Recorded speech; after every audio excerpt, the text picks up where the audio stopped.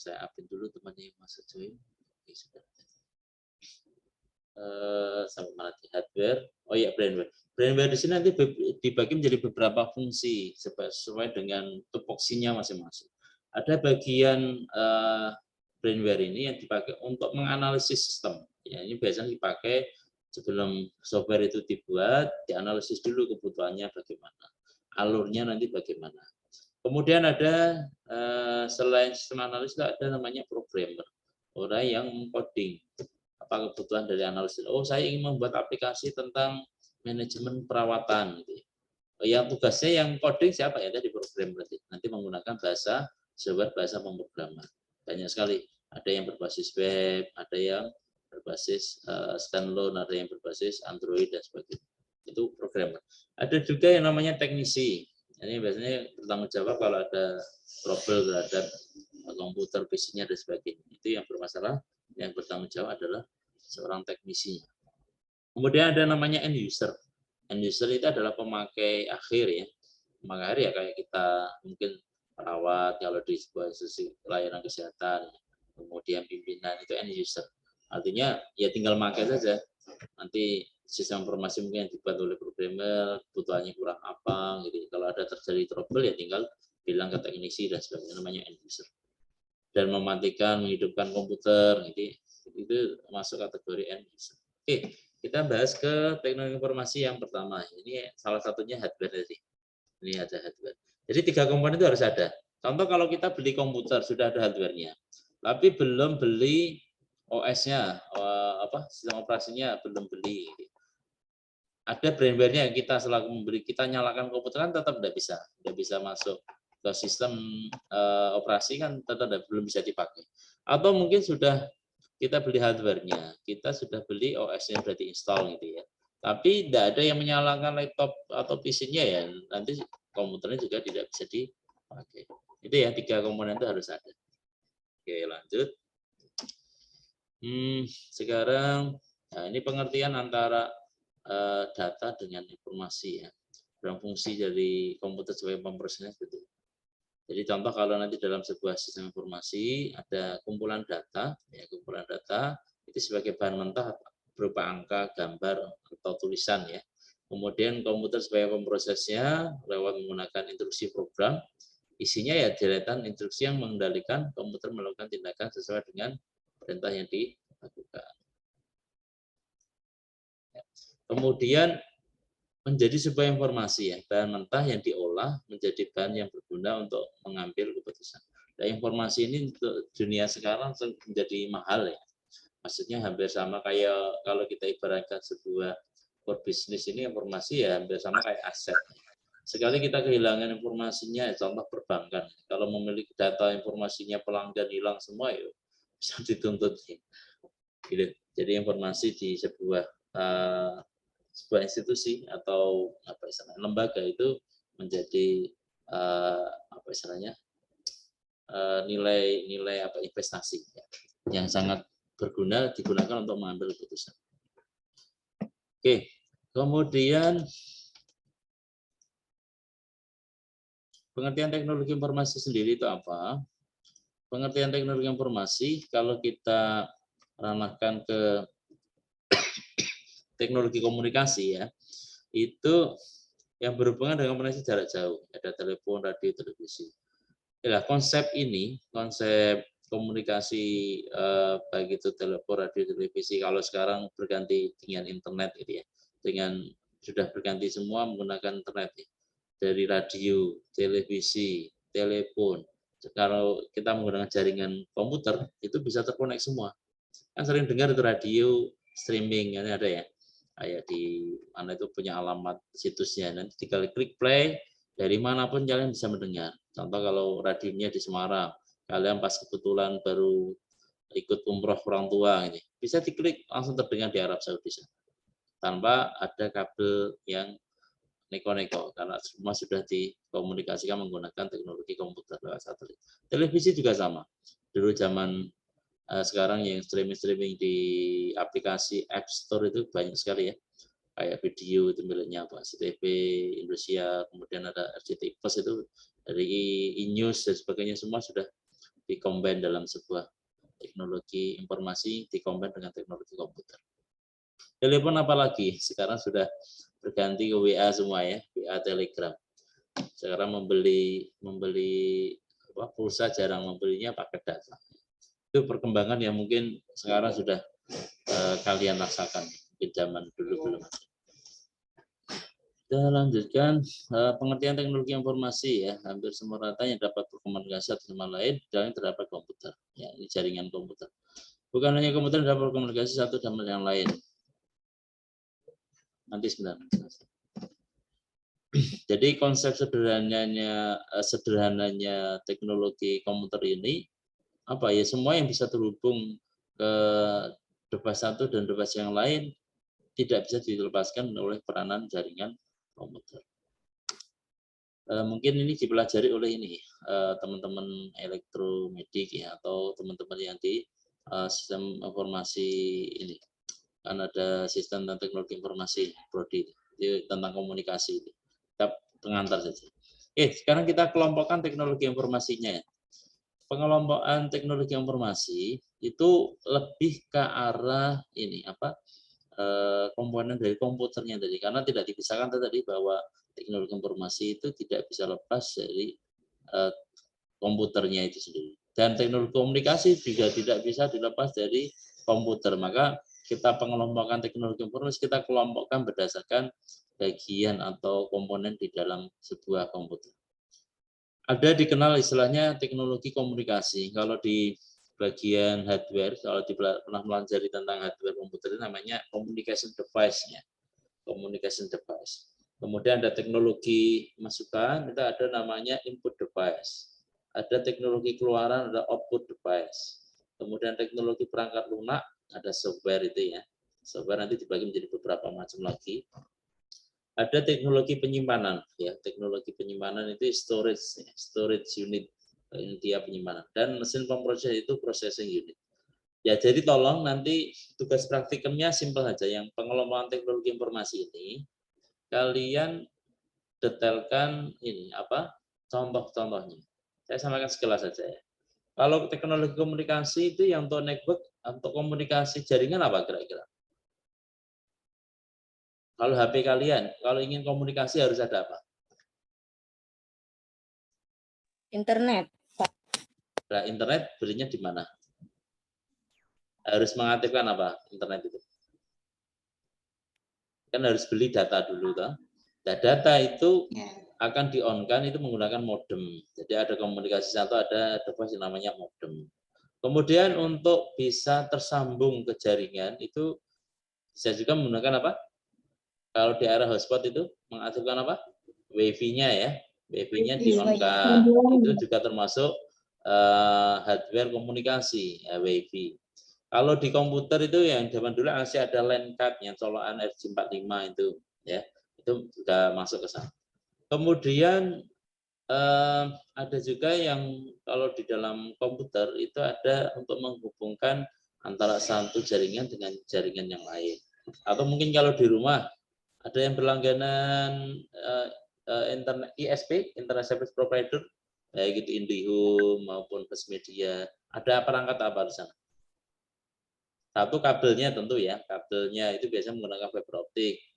Fiber optik sudah. Kemudian apa? Setelah kabel apa? Ada perangkat yang ada antenanya. Ada yang tahu enggak itu? Apa? Router. Oh iya, router. Kemudian setelah router, mungkin ada yang disambung ke PC, ke laptopnya. Itu menggunakan apa? Kabelan. Kabelan. Itu. Jadi ada minimal banyak tadi ya, kabel LAN, kabel fiber optik, router. Ada lagi kalau ingin ditolerkan ke tetangganya, ada enggak? Kita pesan satu, ditoler ke samping-sampingnya ini. Ada yang gitu enggak? Wi-Fi mesh. Pakai hub juga bisa. Sebentar. Gimana, Pak? Magic Wi-Fi itu enggak sih? Wi-Fi card.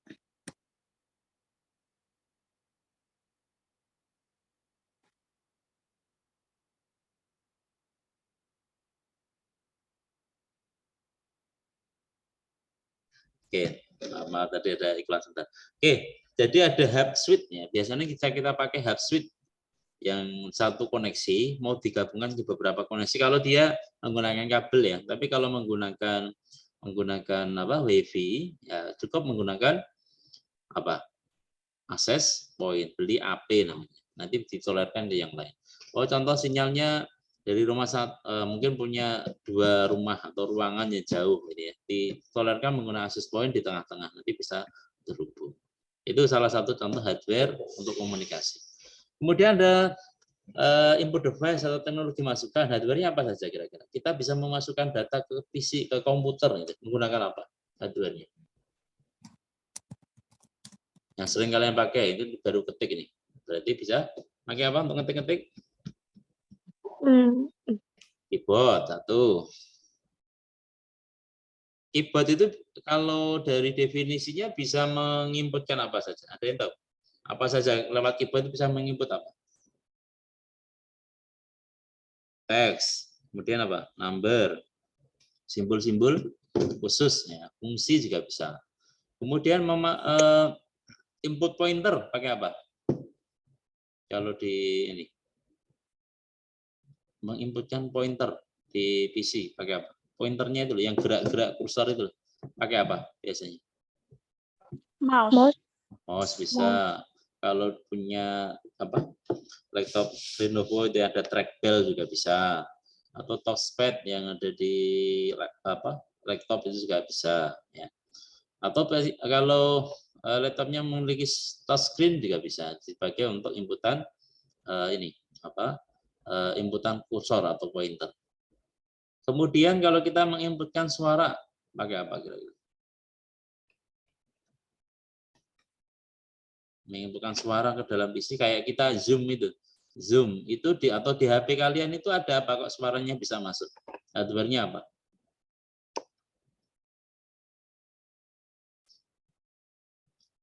Ada apanya? Mas sudah tahu?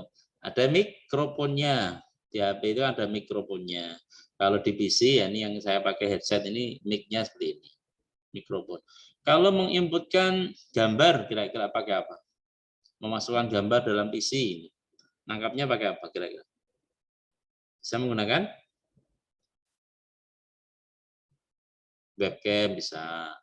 Yang nyambung saya. Kalau di setiap smartphone kan memiliki kamera ya, kamera baik yang depan maupun yang belakang. Kemudian ada juga scanner ya, kita bisa menginput juga sebagai image ya, scanner itu masukkan ke PC atau bisa gambar yang sudah tercetak di scan lagi masukkan lagi juga bisa di scanner. Oke, itu contoh dari teknologi masukan. Kemudian coba ada teknologi keluaran yang tugasnya untuk mengeluarkan output ya. Ada yang bisa memberi contoh output device? Adakah? Output device? Yang mengeluarkan ya kayak ini. Ya apa? Kalau di apa? PC ya monitor, LCD, proyektor itu masuk ke sana. Jadi kalau teknologi keluaran itu ada yang namanya sifatnya soft copy sama hard copy. Ada yang maksud tahu maknanya soft copy sama hard copy? Sering kalian sebut itu minta soft copy-nya gitu ya. Apa maknanya itu? Minta soft copy, minta hard copy. Maksudnya apa? Ada yang tahu? Ayo. Generasi milenial maksud soft copy, hard copy tidak tahu. Ayo. Berpendapat aja, boleh salah. Apa kira-kira? Pengertian soft copy apa?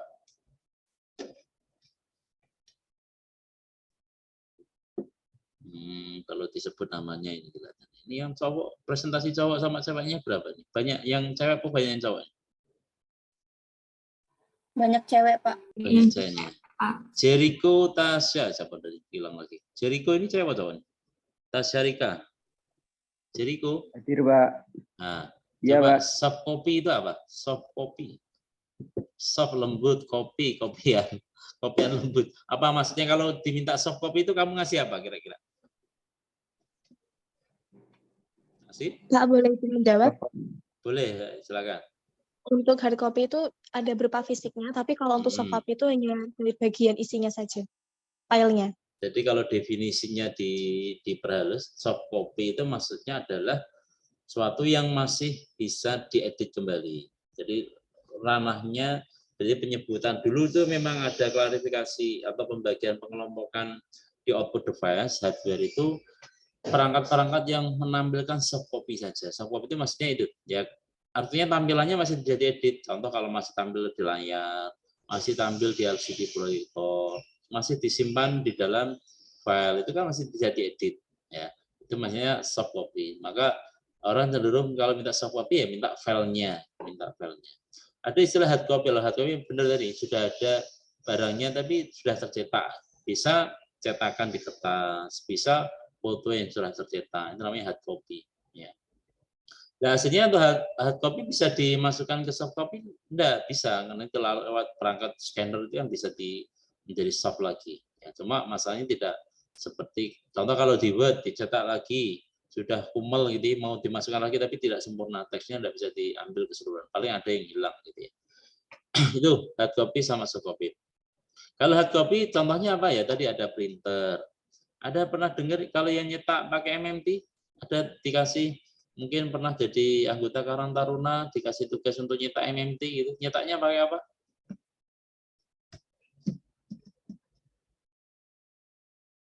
Nyetak MMT?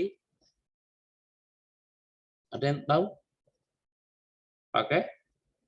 Ya bentuknya hampir sama kayak printer, cuma bentuknya satu ruangan panjang karena dia bisa nyetak 3 meter ya. Namanya plotter ya, plotter. Kemudian ada juga yang nyetak jenisnya, printer sendiri dibagi jadi beberapa macam ya. Ada printer yang biasanya untuk nyetak di fotokopi itu ya, sering kalian jumpai kalau di fotokopi itu biasanya ada dua jenis ya. Yang biasanya untuk menggandakan itu menggunakan teknologi laser ya, menggunakan bubuk toner biasanya. Kalau dicetak biasanya hangat ya, kertasnya itu hangat.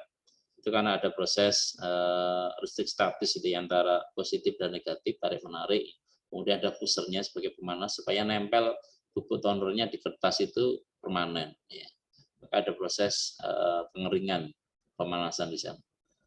Ada juga yang ya, biasanya ngeprint, ada komputer ngeprint, ada printer yang ada tabung tintanya, itu disebut namanya printer inkjet ya, menggunakan teknologi spray itu semprotan tinta ya. Kemudian ada juga printer yang dipakai biasanya untuk perkantoran ya, untuk membuat kwitansi di rumah, di perbankan, itu juga yang biasanya kalau kalian setor uang itu nyetak bukunya ada srek gitu ya. Itu teknologinya apa? Ada yang tahu? Menggunakan hentakan jarum, pakai dot metrik namanya, hentakan jarum. Jadi untuk mencetak dia ada jarum-jarum kecil gitu, dia dihentakkan di kertasnya. Biasanya dia sekali nyetak itu bisa rangkap ya, rangkap 2, rangkap 3, rangkap 4 gitu ya. Maka strip itu biasanya rangkap minimal 2 ya, ada yang 3 juga. Sekali nyetak ya langsung 3 kertas itu ada cetakannya. Ya, satu mungkin nanti untuk pelanggannya, satunya untuk arsip, mungkin satunya untuk apa lagi. Itu teknologi ada tinta, ada inkjet ya, ada laser, ada juga dot metrik. Ada lagi satu namanya printer thermal. Printer thermal itu yang menggunakan sistem pemanas ya. Beda dengan yang tahun tadi. Kalau sistem thermal biasanya dipakai untuk ini, kayak alat-alat ECG. ECG itu menggunakan printer thermal itu. ECG. Yang untuk siklus jantung itu ya. Itu menggunakan thermal. Kemudian tinggal 10 menit lagi, saya apa lanjut P3 ya. Ini baru jam 9. Oke, perangkat lunak ya. Sekarang kita pelajari perangkat lunak. Perangkat lunak itu masuk ke ini tadi isinya adalah sebuah kumpulan dari instruksi hasilnya. Instruksi. Perangkat lunak itu nanti dibagi menjadi beberapa macam ya. Bentar, ini saya resum saja sih. Hasilnya slide-nya ada di bawahnya. Teknologi masukan apa saja yang ada ya. Nanti tugasnya cuma bentuk ini apa? Buat grafik aja. Teknologi komunikasi contohnya apa? Tulis gitu. dikasih gambar ini. Nanti tak kasih contoh pengerjaan. Oke, perangkat lunak itu ada yang namanya maupun proses ini sudah penyimpanan. Ini ada gambarnya. Teknologi tadi yang saya sampaikan, ada printer, monitor atau LCD, ada proyektor. Kemudian software. Software ini ya instruksi yang digunakan untuk mengendalikan komputer hingga komputer dapat melakukan tindakan sesuai dengan dikehendaki pembuatnya. Nah, masuk yang pertama software yang digunakan untuk ini. Satu, menerjemahkan antara brainware tadi dengan hardware. Itu sering diserahkan atau fungsinya adalah atau mendeteksi driver hardware atau mengkomunikasi pokoknya hardware supaya bisa dipakai oleh brainware. Itu ada namanya bagian software yang namanya sistem operasi. Sistem operasi atau perangkat lunak itu macam-macam ya. Kalau dulu itu memang didominasi beberapa perusahaan ya. Satu yang dari Microsoft itu. Kalian pernah dengar mungkin Windows, sekarang mungkin yang dipakai Windows berapa? 11 ya. Kemudian ada Windows 10, ada Windows 8, Windows 7 itu buatan Microsoft. Ya, buatan Microsoft yang Bill Gates itu ya. Itu yang katanya menjadi orang terkaya ya. Kemudian ada yang versi Mac OS ya, yang buatan Apple itu. Yang sudah merambah di smartphone juga sama.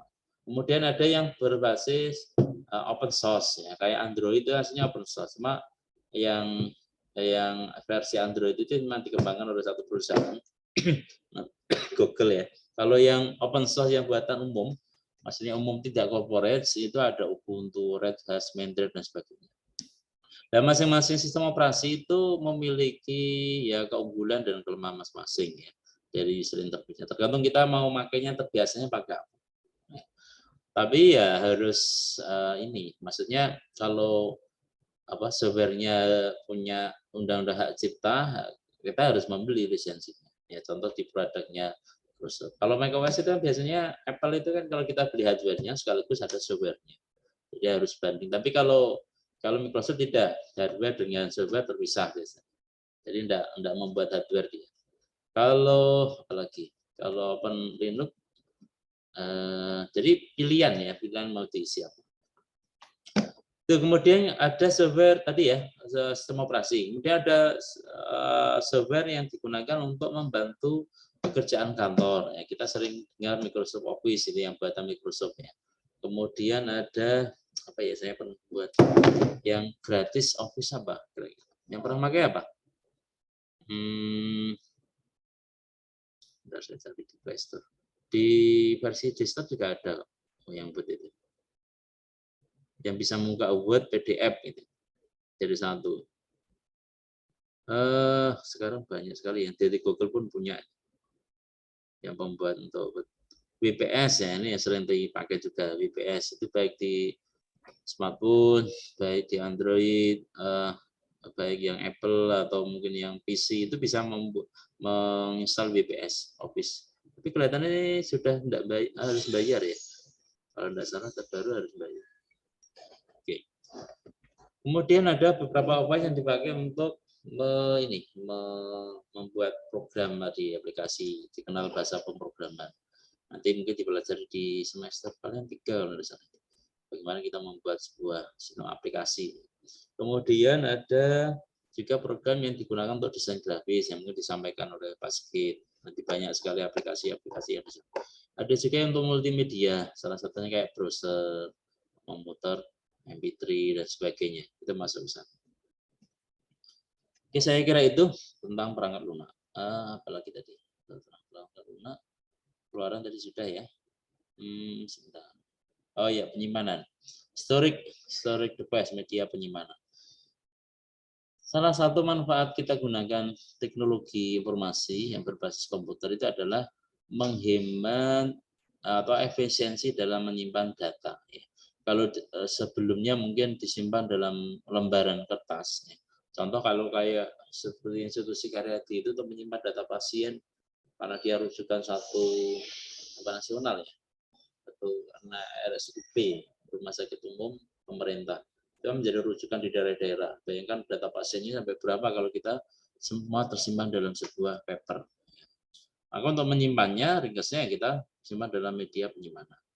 Perkembangannya juga banyak sekali ini untuk yang storage device, baik hard disk, compact disk ini sekarang sudah jarang dipakai karena kerentanan ya, sering rusak ya. Dibandingkan dengan teknologi flash disk dan teknologi menggunakan ini atau memori yang kapasitas sekarang bisa sampai 1 tera. Hard disk pun juga sama, interkompol. Kalau zaman dulu masih menggunakan piringan magnetik untuk menyimpan datanya ya, sekarang sudah berganti ke SD ya. Di dalamnya ya isinya kayak isi untuk kartu memori itu. Perubahannya sangat besar sekali. Dari segi keringanan, kecepatan, dan kapasitas daya simpan datanya makin besar sekali. Kemudian apalagi belum? Penyimpanan sudah. Jadi ada ROM dan eksternal. Ini yang di dalam komputer ya. Dari penyimpanan itu ada istilah memori ROM sama RAM.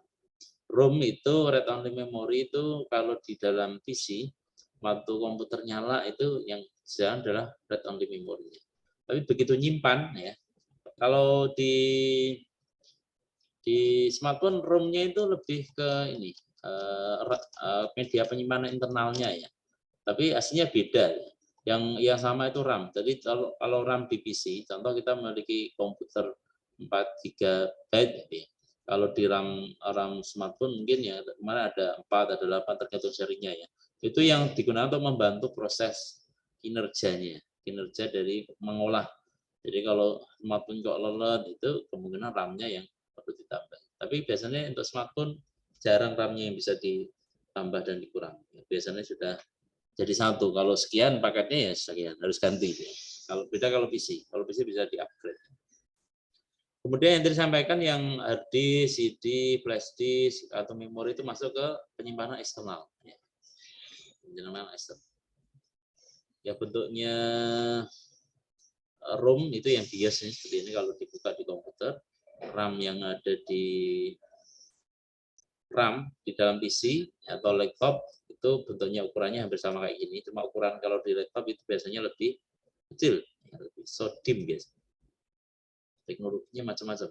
Enggak cukup waktunya saya. Oke, saya kira itu sebentar penyimpanan tadi sudah. Oh, pemrosesan yang belum ya. Nah, mesin proses, masukkan tadi sudah. Penyimpanan oke, sudah. Sekarang mesin pemroses. Pemproses itu di dalam PC itu kita sebut namanya prosesor ya. Di dalam prosesor ini sering disingkat dengan CPU ya. Apa itu? Ada yang kenal CPU? Ada yang tahu CPU itu apa? Pembacaan dari apa? CPU? Central Processing Unit. Central Processing Unit. Ada istilah dari Intel. Jadi ada beberapa produsen ya.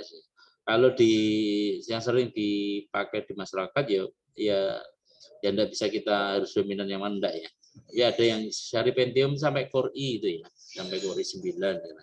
Kemudian ada yang Celeron yang N sekian. Kalau kalian beli laptop yang seri portable yang kecil itu biasanya Celeron pakai N4 atau N3 itu.